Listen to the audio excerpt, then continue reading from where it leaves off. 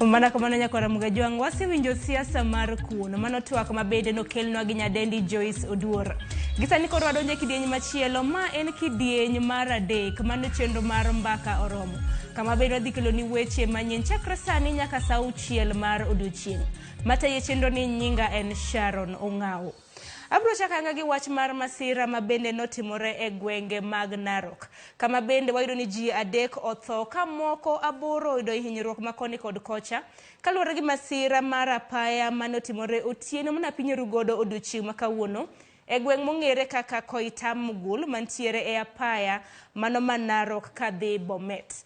Kata kamano masira makamano notimore e seche mane matatu mane oting'o jowuoth ne obayo kane otemo hepo mondo kik otum pikipiki.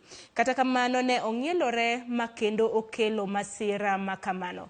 Gisani ji 8 mane oyudo hinyruok noringodo e od thieth malongisa County Referral ka adek mane otho e masira makamano. Okan ringre magi e kar kano ringre jomotho malongisa County Referral kapod irito timone gi nonro makoni kod kocha. Nyakoro magajwang wach makamago jofwambo magwa pod luonwa tipo magi ka wanwa yudo wabro keloni achiel kachiel. Kopogre gi mano bende wadhi e weche goeko mag siasa kama bende ndege moting'o moko kuom jokanyo mago mag kweth mag Azimio la Umoja ne oyudo masira e alap mar ndeke makakuma. Onge ng'ata mane oyudo hinyruok e masira makamano. Ripoti yango ni ndege no nowuok Kakuma kochop Molodwa bang' tieko campaign. Joneno yango ni tiende ndege no ema ne omuoch kane otemo chako fuyo.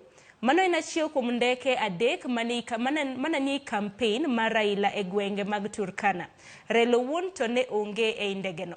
Raila ne obago campaign mag kisera mar OMBULU e gwenge mag Turkana e county no ka bende no limo Turkana East, Turkana South kaachiel kod Turkana West.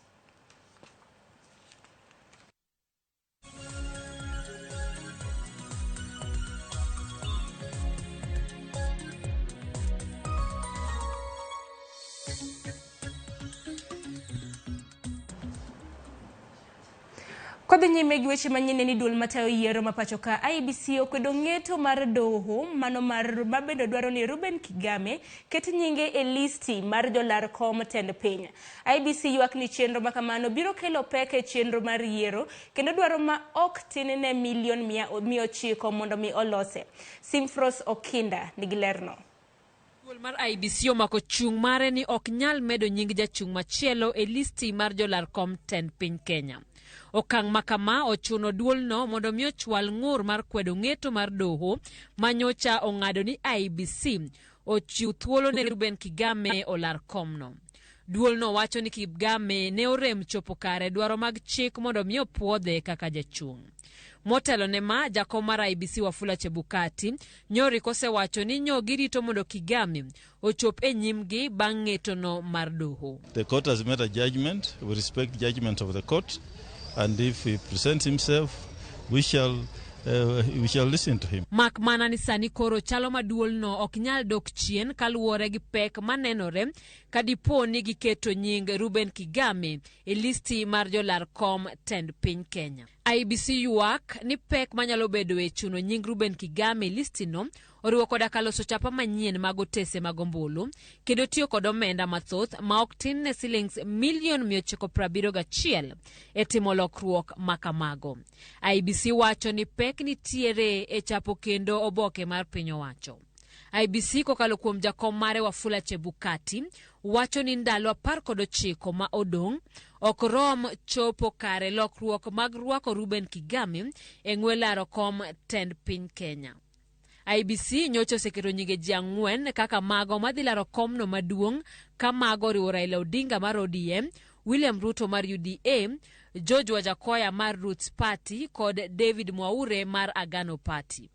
Ruben Kigame bende nyocha oseloso ka wacho ni weye oko mar listino nyiso ni doho nyalo biro wito oko duoko mar yiero maduong'. Itakuwa ni makosa makubwa ikiwa IEBC haitaniweka kwenye ballot kwa sababu inaweza kusababisha tena kurudiwa kwa uchaguzi na hatutaki kurudiwa kwa uchaguzi. IEBC kokalo kuom jakom mare Wafula Chebukati omedo jiwo jo Kenya ni okenge mag-gi ok gin mag kwedo jochung' e yo mora mora. Simfros Okinda, Ramogi TV. Gimane ni bad migao mar jomin buche kotelnegi kod Nurdin Haji ochako chenro mar tiego apisas mokelo kanyakla sectors mopogore mar timo ikruok makare mar biro winjo buche mag ngur mag yiero maduong'. Walter Nyambaga miyo waler mar wachno. Ogai mar jomin buche Nurdin Haji kawuono ne otelo e chako tiegruok apisas mowuok e sekta mopogore kaka mano mar NCIC, makerne Uganda kanyakla, Kenya Human Rights, makerne ratich oganda, Independent Police Oversight Authority IPOA, marango kako bila tiyo kod teko kuom jopiny. Romo mane obagie ka tiegruok ma Kenya School of Government Nairobi, kamane Nurdin Haji ne olero ni gin kod IKRUOK mabiro winjo ngur duto motenre kod yiero maduong'. This training forms part of a series of trainings that the ODPP has conducted jointly with the critical players in the electoral justice system across the country with the objective of ensuring free, fair and credible elections. Haji olero ni gitiyo kanyakla kod migepe mamoko mar neno ni buchego kobudho kendo ikawo okang' mowinjore kod chik. And as you know, our clarion call is mashtaka yenye haki na usawa.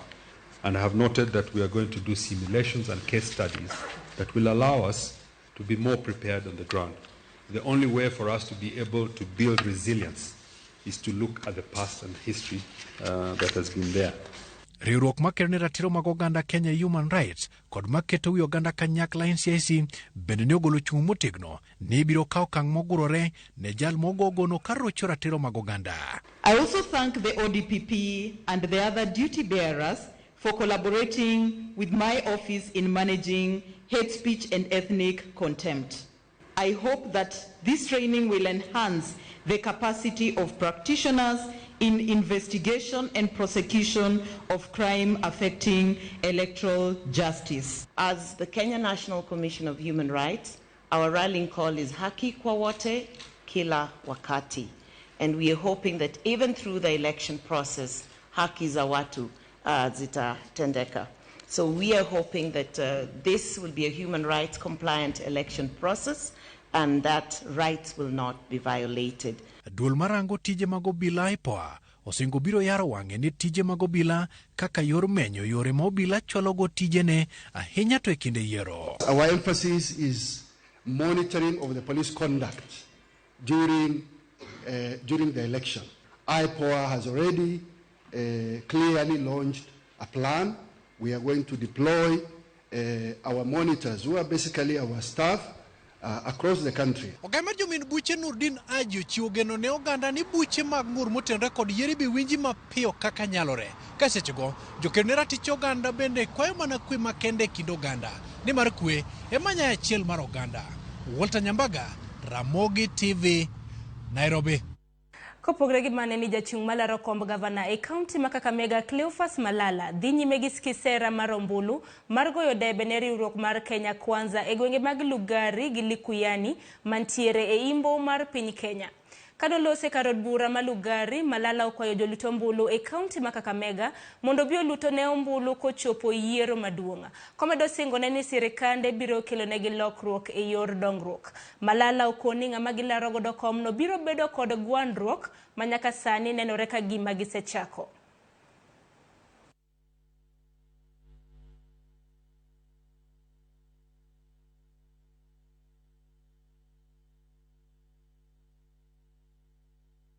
Sisi kazi yetu sio kugawana serikali. Kazi yetu ni kushughulikia wananchi, tuwatoe kwa umaskini, tuwainue maisha yao isonge juu. Tofauti ya sisi na wale majamaa wetu wengine ambao wanapigania uongozi, wako na tamaa ya uongozi. Sisi tuko na haja ya kutumikia wananchi. Sasa hamtaona vita kati yangu na Mama Beatrice. Nyakora mugaji wangi kanyo dwako yo mokuongo e chenro mar weche manyien e chenro mar MBAKAOROMO kon waduogo wan wakelo ni weche manyien mathoth. Parni bende wantiere gi jofwambo magwe kor gwenge mopogore opogore ma bende gisani luonwa moko kuom weche ma bende timore. Kok kamano kik idhi mabor.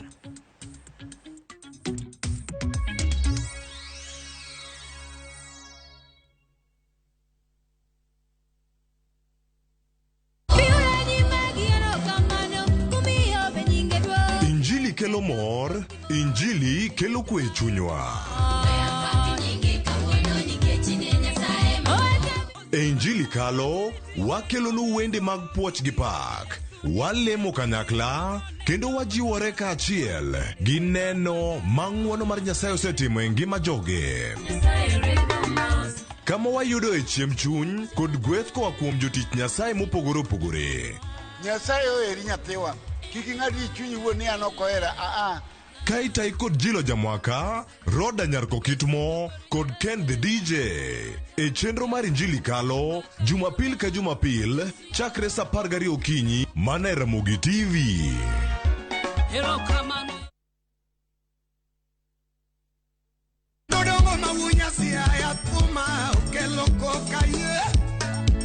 Ni kwa Ramogi?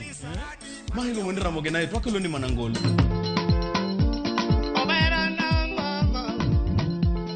Chiki benga gi ohangla gi luo artist kata luo nyadendi magolo thum maber.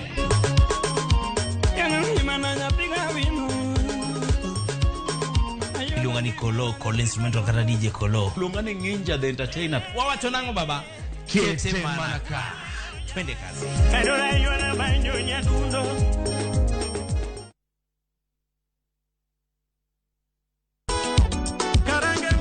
Gima wan go gadier ni wang'eyo en thum, to ok thum athuma, thum mamit sidan. Wakelo thumbe ma ukwayo. En reggae owake. Wawinjo mine mogwedhi gi duol mamit.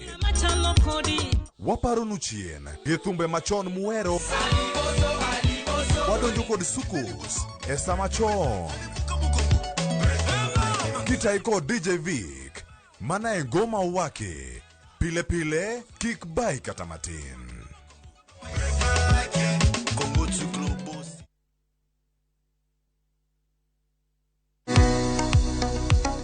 Bein kod penjo mora mora. Hello, penj laktar. Hello, daktar. Kata paro ma osebedo ka chandi ne wach ngima kod thieth. Wakeloni puonj maleo moa kuom lakteche molony e yore thieth te. Biro tero wachiel kachiel e yor puonj. Koro ka laktar oseneni wacho ni nigi tuo mar kansa, ma ema bedo ga stage mar 2. Chieng' wuok tich nyaka tich abich, wakeloni lakteche mopogore opogore ma biro puonji gimora mora e wach thieth kod bedo gi ngima makare. Riwri kod Ruth Otieno, sa 12 e penj laktar, mana e Ramogi TV.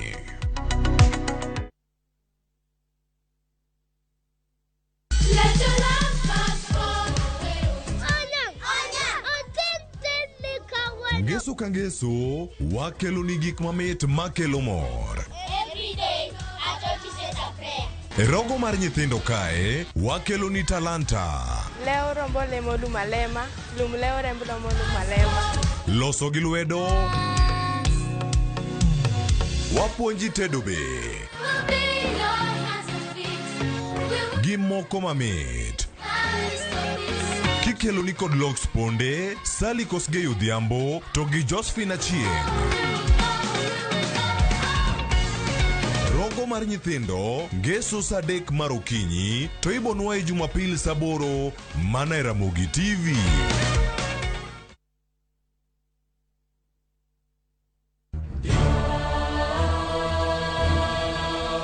Gik masiko timore ngimane, miyo bedo gi penjo mang'eny. Anyalo timo ni gima rach ahinya thapki. Nono nyalo bedo jasiki maduong'. Kabe onyalo bedo gi mor e ngimane. To hera ma en go kuom jode, miyo otemo umogi gi yore te. Ing'e ni kawuono thapki ochako miyi ngima machielo.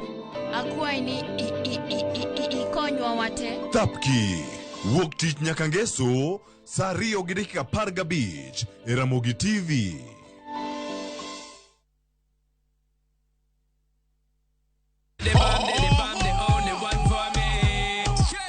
Waluare kuliet pa, wamiyo moa e thurwa ka, kod moa e pinje te mag Afrika, gi pinje maoko. Yud thuolo mar neno gi ng'eyo jothumbe muhero kikelo gi Lin Ramogi to kod DJ Kolo kod instrumentals e chenro mar thum Dagmor, mana e Ramogi TV.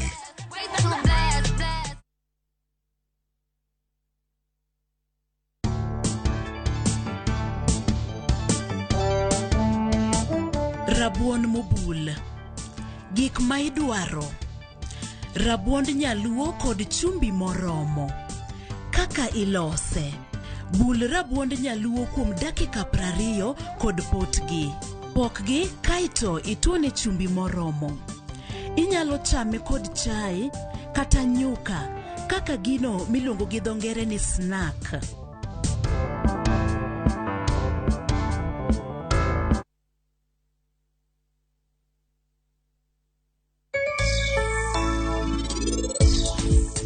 Bas wadhi mondo okwal wuochewa, okwal simbewa, omawa chips, wanind ke. Kikibed ka guok maninde laro marito nduru mondo dhi ocham choke. Ng'ano joga. Bed ka mondo ne malavidavi. Enure ohero luwa mana ka nyathi madhoth. Adwa no bawo popichika to peche musongo kat. Adwok pesa ma Nyasaye omiya. Aja neko. MCB sene ka bedo hira ni. Make sure ni ng'ani ochulo bill ne te.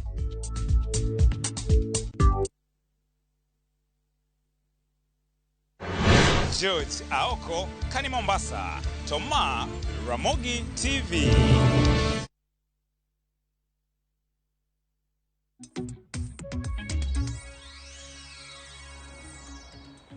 Nyakora Mugajuang machiegni kendo ma en chenro mar mbaka oromo dhi nyime gi weche manyien kama bende atiri nyaka e kaunti mago mag Yimbo mag piny Kenya. Kamoro jatend duond bura mar UDP Cyrus Jirongo koro kwayo jodak e Yimbo mar piny Kenya mondo ne ni oyiero jotelo mantiere gi lokruok kochopo yiero maduong' mar dwe mar 8. Jirongo ne loso kama e seche mane odhi nyime gi kisera mar ombulu mar kwayo jopiny mondo bi ogode bene jating ndai mar riwruok mar Azimio la Umoja One Kenya Raila Odinga. Jirongo bende no dhi nyime gi goyo campaign ne jochung' e duond bura mar UDP moriwo Zak Baraza ma en jachung' e komb gavana e kaunti ma Bungoma e kinda mamoko.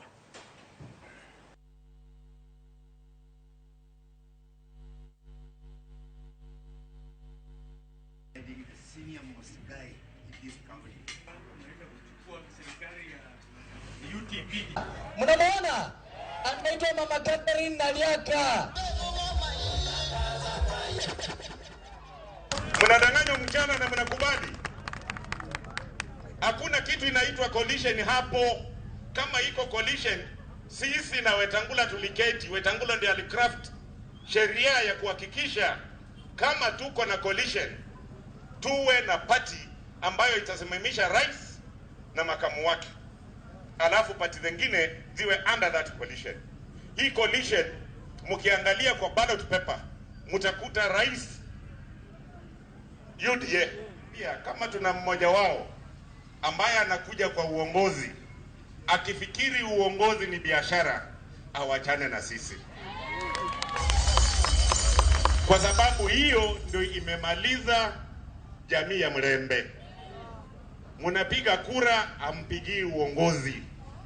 Munapiga kura uongozi biashara. Mimi ile kitu ningependa kuwaomba watu wa Bungoma na watu wa Kenya kwa ujumla, tudumishe amani. Sababu siasa inakuja na inaenda, lakini sisi bado tunaishi pamoja. Ukisimama hivi saizi, hauwezi ona mpaka ya Kenya kwanza na mpaka ya Azimio. Sababu wananchi wote ni kitu kimoja. Na mimi najua ni viongozi hao ndio wanaletanga hii utatanishi. Hao ndio wanaleta incitement. Nyakora Mugajuang toko duching achiel kende toka jagoro maduong' e migao mar arita Karanja Kibicho romo kod ruodhi e kaunti ma Meru e wi rito karamna rido arita kwe magwengego. Senator ma Meru Mithika Linturi kod jaod bura ma Imenti South Kathuri Murungi okodo weche mane owachi e romono ka giwacho ni en romo mane owachi mana weche mag siasa. Kane giloso e romo kod jotend sikunde kod jonyuol, jotelogo wacho ni tij ruodhi en neno ni arita kwe odhi makare e gwengego to okosiro siasa manyaka onchiel.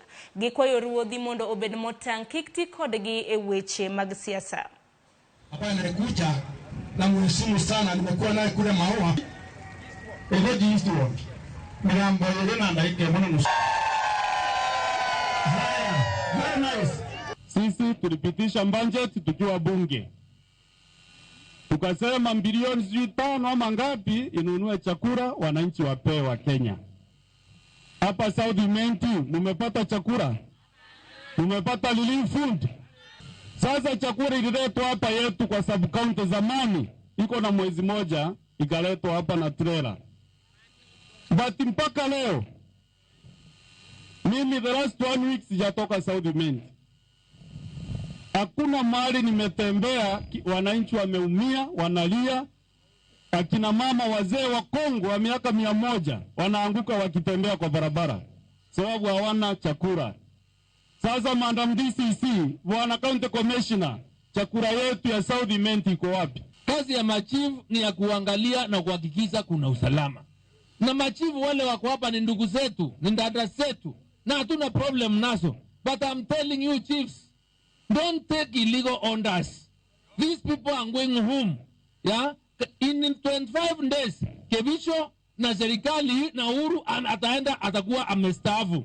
You should be more concerned about the future and not the past.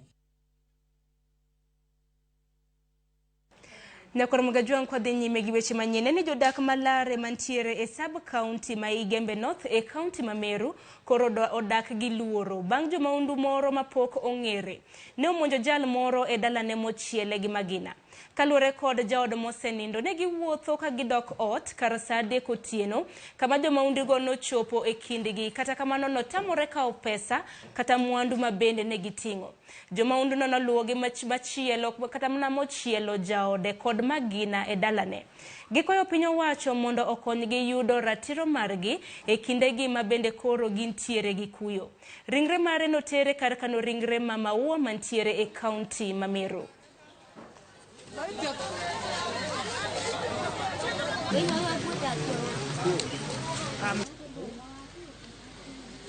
Tulikuwa tunatoka huko kwa soko njioni kwa kasi, tukapika huko Kiani Kemula, tukakuta watu kwa barabara, akaingilia kati akiwa na binduki akaweka kati yetu.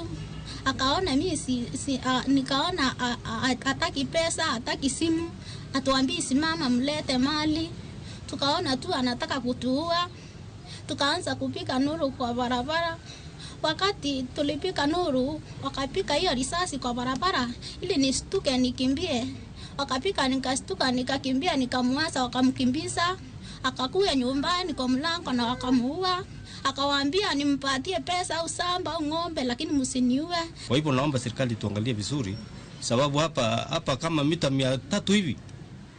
Na kuna askari aliyetokea mpaka wakaja kuchukua maiti peke yake. Sasa kwa hivyo hii ni fedheha kubwa na serikali tuangalie sababu kama mtu anauawa karibu na police station na ni aibu kubwa sana.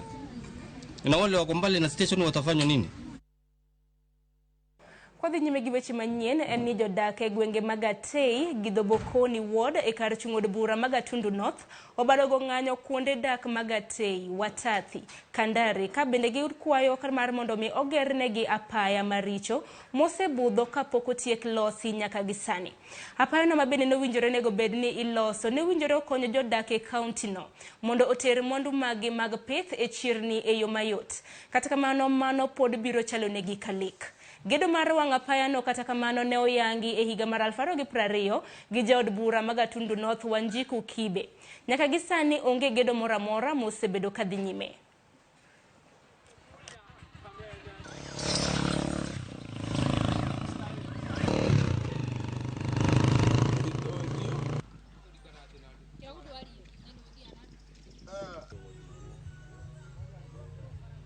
Barabara imejengwa mara 3 na yani nalimwa hakuna kitu inafanyiwa.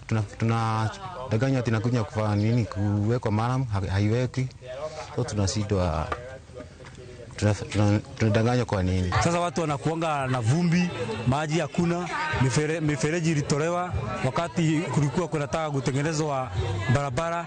Sasa hata ukikuja sasa uone vi watu wamekaa vumbi. Hata tukiosha nguo zinakaanga na uchafu kwa sababu gari kipita vumbi inaingia kwa nyumba. Hata ukiosha vikombe, sahani utakuta dakika 3 zimejaa vumbi. I just want them to be a little bit patient. Saa ingine hii kazi inakuanga na challenges, lakini ile challenge kubwa tunaona si hata kwa serikali yetu sana. Nikiangalia mimi naona ni kama yule contractor mwenye amepewa hiyo kazi afanye, either anatumiwa kisiasa ama ni kama hana uwezo. ama hataki kufanya kazi, kwa sababu mimi nimekuja hapa mara mbili, ninamtoa mpaka Kibishoi, ninamleta hapa aanze kazi, then every other time anasema sijui, tunajua ashalipwa saa hii, about 2 weeks ago amelipwa. Na koromoga wangu pogre gi mano bende nwase singo nini chenro mar MBAKAOROMO ka bende watudre gi reporters magwe kor gwenge mopogore pacho kaendi. Odiochieng' manyoro nitiere wach mabende notimre e kaunti ma Kisii. Ka bende gisani joketa arita kwe e kaunti ma Kisii dhi nyime gi timo apedha kaluwore gi chochni mabende nobedo odiochieng' manyoro e romo mabende nobagi gi duol mochung'ne weche mag yiero IEBC e kaunti ma Kisii. Gisani nyakoromoga jwang' adhi tudra gi jafwambo maro e kaunti ma Kisii mano Crispin Otieno mar mondo omiwa chal mar wach e kaunti no. Crispin anene yo makare mana kinyalo winjo wa kaunti ma Kisii ochiew nade, to bende inyalo mana lero ni nyakwa Ramogi jwang' romo mabende notimo odiochieng' manyoro. Chochni nomuoche nikech ang'o nyaka sani en ang'o madhi nyime? Awinje yo makare Sharon, antiere e kaunti ni ma Kisii kama odiochieng' manyoro ne romo ne ochochi gi jogo mane timo ng'anyo, kendo romo ne dhi mbele, romo moriwo jotend duol mar yiero IEBC kaachiel kod jogo mochung' e kombe mopogore opogore e kaunti ni ma Kisii, kaachiel kod jogo ma gin joneno kata European observers mane bende nitiere e romono. Kata kamano jogo ma timo ng'anyo ne orocho romo mane timore e kar tiegruok mar jopur mong'ere kaka Agricultural Training Center e boma ma Kisii, kendo toke kanyo ne tulo muoch ka nyaka sani obila ma hao auchiel pod dhi mbele gi thieth kar yudo thieth mopogore opogore e boma ni ma Kisii. Kendo ne gokinyi kanyo ne nitiere romo mar obila kata jotend obila e kaunti ma Kisii kotelnegi kod kamishna ma kaunti ma Kisii Alan Mashari, kaachiel kod jatend okwach kich ma Kisii kendo gi OCPD ma Kisii Central motimo romo e apise.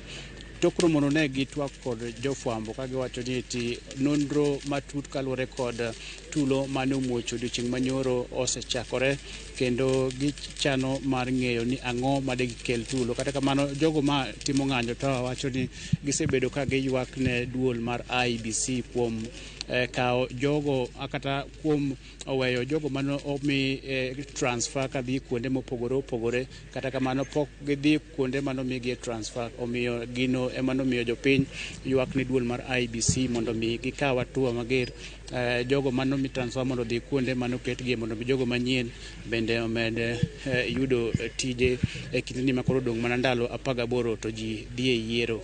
Ne waneno nyoro kanyo gavana ma kaunti ma Kisii kaachiel kod lange moting'o nyaka Chris Obure, moting'o nyaka woman rep masani man Janet Ongera, no twak kod jofwambo tok ka tulono nomuoch ka gikwedo gino motimore, kendo gin gikwayo ni kuobedie ka gikwayo mondo duol mar IEBC los kod achiel kuom jochung' mar ODM mano Simba Arati kaluwore kod gino motimore odiochieng' manyoro. Kata kamano jogo ma gin motelni kod Simba Arati kaachiel kod lange koting'o nyaka Richard Onyonka ma bende dwaro kom senator e kaunti ni ma Kisii kod otiko mar ODM okwedo gigo mawacho ni gine mane gikelo tulo e kaunti ni ma Kisii, ka giwacho ni eti nitiere mana josiasa moko e kaunti ni ma miyo ji jogo ma gin ok gin jok maongo gi lewni mag ODM mondo mi gikel tulo. Kata kamano en wach ma jotend obila ma kaunti ma Kisii kotelnegi kod Alan Mashari wacho ni eti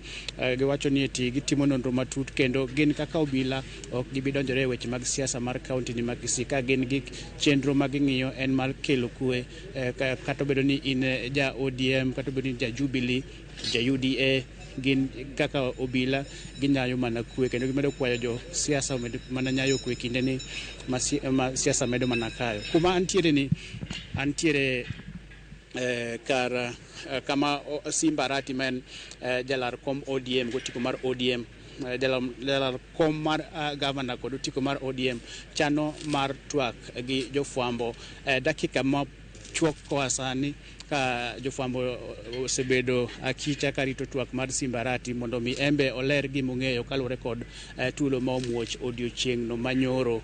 Omiyo ka Simbarati ochopo ka ang' watudre kodu kendo kodu Sharon achiel kachiel mondo winja ni en owacho ang'o kaluwore kod tulo momuoch odiochieng' manyoro. Jotelo mopogore opogore ahinya gavana ma Kisii James Ongwae bende osebedo ka kwedo jogo ma otenore kod jatend weche arita kwe thur kamano Matiang'i mo wachore ni bende osebedo ka ungo lwedo Simbarati. Kata kamano ang' winja ni Simbarati wachang'o ewi tulo momuoch odiochieng' manyoro kendo ang' watudre kod kanyo wawinja ni olose wachang'o kaluwore kod gino motimore kaunti ma Kisii odiochieng' manyoro. Sharon. Erokamano ahinya Chris, wawinji e yo makare kendo ang'e ni wach makamano ibiro bedo ka iluwonwa e wechewa magwa manyien mago mag migago. Erokamano ahinya. Nyakoro Mugejwa monana jafwambo marwa e kaunti ma Kisii Crispin Otieno kabende nochunwa mana ler mar chochni ma bende nobedo odiochieng' manyoro e kaunti ma Kisii. Kopogore e kaunti ma Kisii atiri nyaka e kaunti ma Siaya. Jalar kom seneta e kaunti ma Siaya gi otiko mar ODM Oburu Oginga koro kwayo oganda mapacho ka mondo thich oko kit campaign mar jalup jatend piny Kenya William Ruto mar bottom up. Mowacho ni pok onyalo bero ochumi mapacho ka kata bedo ni en e piny owacho. Oburu mano wuoye skund tiegruok ma Aila owacho koso dongruok e gwenge mapacho ka osekel kod telo mok ni kare kod tiyo marach kod omenda mag piny owacho. Raila mondo wawach achiel kana ariyo ji mang'eny osewuoyo mondo te ng'ama koro ne bit sini age en Suji. And if Ruto wants to know how to devolve, how to reach the Mama Mboga, because Ruto has just woken up and he's saying that he wants to support Mama Mboga. How do you support Mama Mboga without a system to devolve funds to reach the Mama Mboga? Are you going to use a handout system where you say, I'm going to put in the budget 50 billion shillings and the next month I will put 50 billion shillings and give to Mama Mboga and the Yuakali and the people who are down there? How will you reach them? How are you going to reach them? Are you going to do handouts to them? You want to tell them that it is this devolved system which is now going to devolve funds to the grassroots. And that is what is going to reach the people, and Raila has already committed to increase the devolved funds from 15% to 35%. Nyakoro Mugejwa mago gin weche matimore e kaunti ma Siaya. Parni pod waluonu weche mathoth mabiro timore odiochieng' ma kawuono e kaunti ma Kisumu. NYONG'O ma en gavana masani e kaunti ma Kisumu ma bende gidhi laro kom makamane tamne mar ariyo ka bende gisani pod ochung' kaka jachung'. Odiochieng' ma kawuono oyango manifesto mare. Bende wantiere gi campaigns matimore e kor gwenge mopogore opogore. Odiochieng' ma kawuono Kenya Kwanza gi kweth mar Azimio la Umoja bende obiro bedo kwa kelo ni campaigns ma bende gitimo odiochieng' ma kawuono. Mana kaka moko kuom ote ma bende aneno kuoronwa odiochieng' ma kawuono nyakwa Ramogi Ajwang'. Aneno ka moko kuom Maxwell Van Lack iwacho ni neno achiel kachiel kintiere bure Nairobi ka bende iwacho ni neno wakintiere Kayole. Irene Muga iwacho ni intiere achiel kachiel kodwa kintiere Gilgil. Koko manyakwa Ramogi Ajwang' mana kaka nasesingo ni gisani koro wadhi e gwenge mag Mpeketoni kama bende wabiro dhi achiel kachiel mar mondo mi wayud campaigns ma bende itimo kod kweth mar Kenya Kwanza. Katika mano kang makamano biro kelo ni kaponono ni direct kaponono ni oseyud achiel kachiel. Kodhi nyime ni jalup jatend piny medo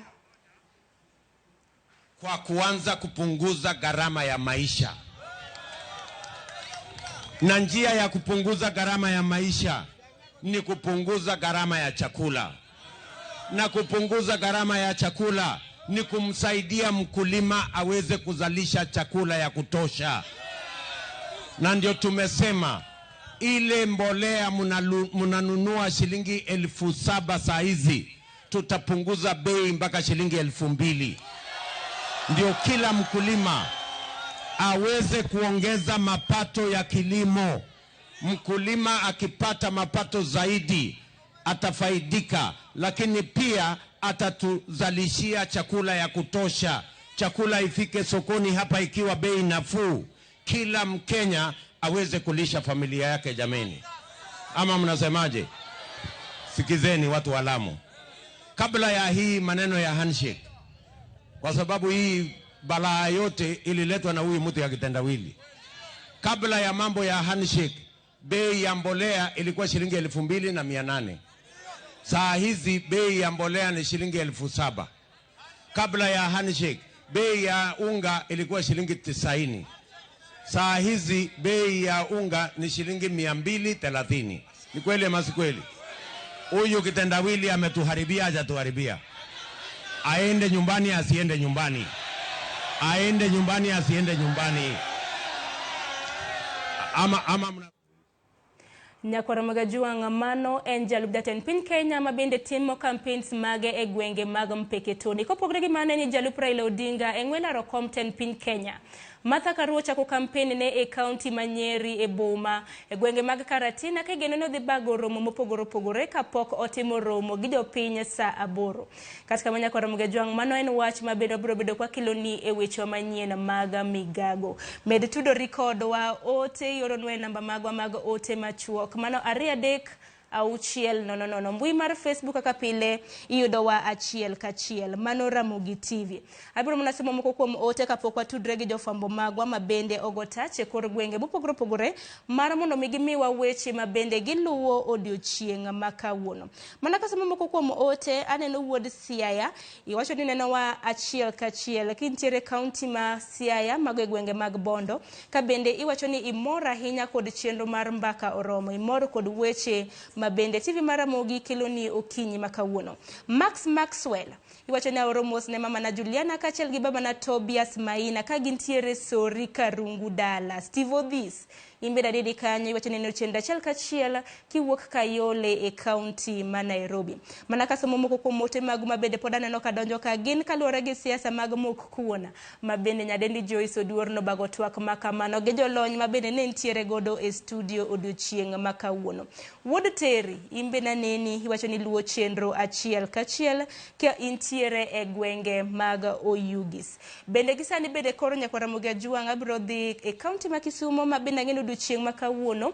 Gavana ma Kisumo gisani NYONG'O yango manifesto mare chenro mabende entiere godo ne jodak e county ma Kisumo. Wantiere gi jafwambo marwa Millicent Adhiambo mabende luoni wach makamano odiochieng' makawuono e county ma Kisumo. Mana kasomo moko kuom ote wachake gi ote magwa mag lines mag ote machuok 3-6-000. Ntiere paro mabende pod imedo chiwa hinya manoko tendre kod weche mag mogo. Iwacho ni wagoero kamano ne jatend piny marwa kuom duoko nengo mar mogo chien. Koka Nyakwara Ramogi Ajuang gavana ma county ma Kisumo NYONG'O yanga manifesto mare odiochieng' makawuono. Gavana NYONG'O kod jalupne Matthews Owili nyiso oganda jo Kisumo gigo magichano keto e tim ka gidonjo e apis. Matimore kodong' mana ndalo manok kende to oganda mapacho kadhi e yiero maduong'. Gisa Nyakwara Ramogi Ajuang wadhi achiel kachiel nyaka e county ma Kisumo kodhi tudre gi jafwambo marwa Millicent Adhiambo. Millicent Adhiambo ne yo makare musi ni misawa county ma Kisumo ochiew nade to bende chenro kata mana manifesto mar NYONG'O bende osechako mana kinyalo mana lero ne jopiny. Ero kamana nya Sharon achiel kachiel kwa wuok e lap masitam mano e pau karod lamo masitam boma Kisumu kaendi kuma bende chenro mar sidha yanga manifesto mar gavana masani gire Peter NYONG'O dhi e nyime kuma bende en chenro no mabende oyachakore seche matin machuok chien kanyo kuma bende gisani waneno ka oganda oseyuoro mondo mi giwinj gi itgi lek mag dongruok mabende gavana ochano timo koponi obio nuoe e tielo mar ariyo mar bedo gavana ma Kisumo e yiero mabiro dwe manyien mabendo dong mana gi ndalo 18 kende.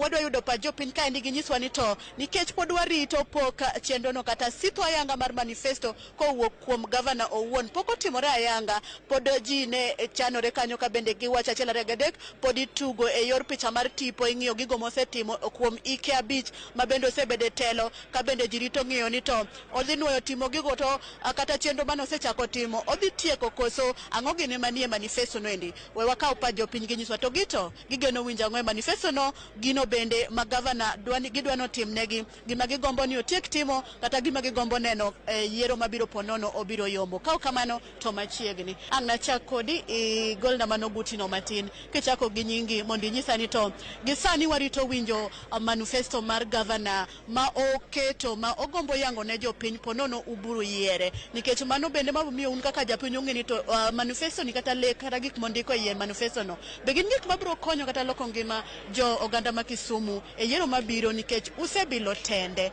Uneno nade un kaka japiny?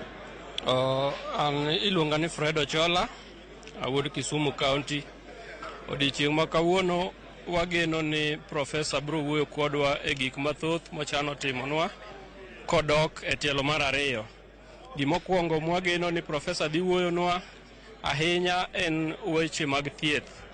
Thieth e gima koro waneno ka ne pod bet wadok godo chien, ma ka profesa dok to wageno ni yore mag thieth odhi ting'o malo maber e Kisumu County. Gimachielo ma bende wageno ni profesa nyalo dhi wuoyonwa, ung'eyo kaka piny chalo sani, uchumi oidho. Kwa hivyo wageno ni e weche mag agriculture, weche mag pur bende wadwa ni mondo dhi owuoye kodwa, omiwa riekni ma wanyalo konyorego kaluwore ni sani piny tek, dho ok otek e Kisumu County kende, otek kamoro amora. Koro mago gin moko kuom gigo mwageno ni profesa dhi wuoye kodwa mondo mi onyiswa ni to ere yo modhi konyowago e tielo mar ariyo ni kodok kaka gavana mar Great County of Kisumu. Ero kamano ahinya, ang' na akwonga kaw nyadendi mondo embo nyiso ni kwachudo ni nafas mag mine bendi rango gaendi e telo moro amora. Machiegni jaber mondo mi ang' ni gol manogutino matini chak na gi nyingi nyisa ni in kaka nyadendi wayudoga ni un bende un gi nafas ing'i arita kwe maru, yoro helni gik mopogore opogore kaka rawere. Gombo ni manifesto mar gavana Anyang' Nyong'o kopo ni obiro yombo oketi ang'o mabiro ng'iyo nafas mag mine e telo mabiro kata e ngima jodak ma Kisumu? An nyinga Irina Kinyi, aya Kisumu Central kae. Kawuono wabiro winjo manifesto mar Nyong'o, to wadwa ni Nyong'o ketnwa business wan kaka jo youth kanyo. Wadwa ni otim manifesto ne kanyo ket kar business okony mine wago ohala, education be, health bende. To Nyong'o ng'ama ber, Nyong'o osetiyo, waseneno tije, Nyong'o waduoko. Kamano ahinya, machiegni mondo mi apachi golo gudu. Pero kamano, nyinga iluongo ni George Michura, an jadak ma Kisumu kae, awuok Nyalende B ward. An gi pacha aneno ka gima Profesa Nyong'o dwa timo kawuono en almost 20%, 80% osetimo. Koro duogo damna nyisowa ni mae manodong' nikech ng'eny gik moko osetimo, en gik minyalo kwan. Kidhi Kibuye is almost 80%, kidhi Lottery is almost complete, kidhi Uhuru Business Park nitie gik mosetimo minyalo neno, and town is very clean. So gik modhi timo moduogo second term, aparo ni koro gimodhi dwell on kaka mine wa ginyalo yudo kata kijende wa ginyalo yudo pesa ma gitimo go ohala. To ng'eny development osetimo almost 80%, ma koduogo second round ten mana confirmation we gik manosatimo. Agwero kamano, wadwan mondo wami gavana Nyong'o abich kendo mondo tiek tich. Machiegni jaber mondo imbi mi wapachi mogik mondo mi watieki. Ani luonga ni Oyuga Zena, ago kura Kisumu Central Kondele. To wabiro winjo manifesto mer Profesa Anyang' Nyong'o, to YIERO Anyang' Nyong'o kuom tich mosetimonwa, kendo waparo ni manifesto ne dhi tackle gimoro amora matimre Kisumu kae, Kisumu County mangima. Women empowerment, youth empowerment, mago duto ang'eni en gik ma jatelo bro timo. Erokamano. Erokamano ahinya. Mana kamano Sharon, kaka isewinjo moko kuom geno mabende jopiny nigo kokalo kuom manifesto mabende seche mabiro mbele kaendi gavana Ngire Peter Anyang' Nyong'o dhi somo ka gigeno mondo mi giyud lokruok makare e yiero mabiro ponono ni Anyang' Nyong'o obiro yombo yiero no endi tarik 9 dwe mar 8. Kaka kamano tan kuomi mondo dhi nyime kod weche mabende wakelo seche mag MBAKAOROMO extra mondo jopiny onyal ng'eyo ni kamoro amora ma gintiere alwora mare gin ang'o gini madhi nyime. Sharon. Erokamano ahinya Millicent. Nyakoromo gajuang' mano jafwambo marwa Millicent Adhiambo achiel kachiel e kaunti ma Kisumu. Mano en wach mabende oluwo odiochieng' makawuono. We asomo kuom ote mondo akaw yweyo matin mar mondo mi chenro mamoko obi. Kokamano kachako kod ote mabende anene mbui marwa mar Facebook. Van Like Max iwacho ni neno chenro kintiere kaunti ma Nairobi achiel kachiel. Ote bende neno ka pod thoth kaendi mana kasomo moko kuomgi. Bende Tobias Maina iwacho ni ntiere kodwa nyaka e giko mar chenro. Giko mar chenro bende aneno mana kwase mana chopo dakika 7 kende to watieko chenro makama nyako Ramogi Ajuang. Erokamano ahinya kuom bedo kodwa chakre chakruok mar chenro makama. Nwachako gi chenro mar Upiny sa 12 mar okinyi. Gisani koro watieke gi kidieny mar mbaka oromo sa dhi mana sa 6 mar odiechieng'. Erokamano ahinya kuom bedo kodwa. Elojo wetewa mabende notayo chenro makama: Cleophas Oluoch, Joyce Oduor, directors, producers, jogo picha, jomak duola, kanyakla kod nyako Ramogi Ajuang. Erokamano ahinya kuom kete chakre sa chakruok nyaka giko. Oriti uru wanere kende odiochieng' makiny ka Ruoth Nyasaye otayo yi tambende otelona. Bedi odiochieng' makare. Nyinga Sharon Ong'ao.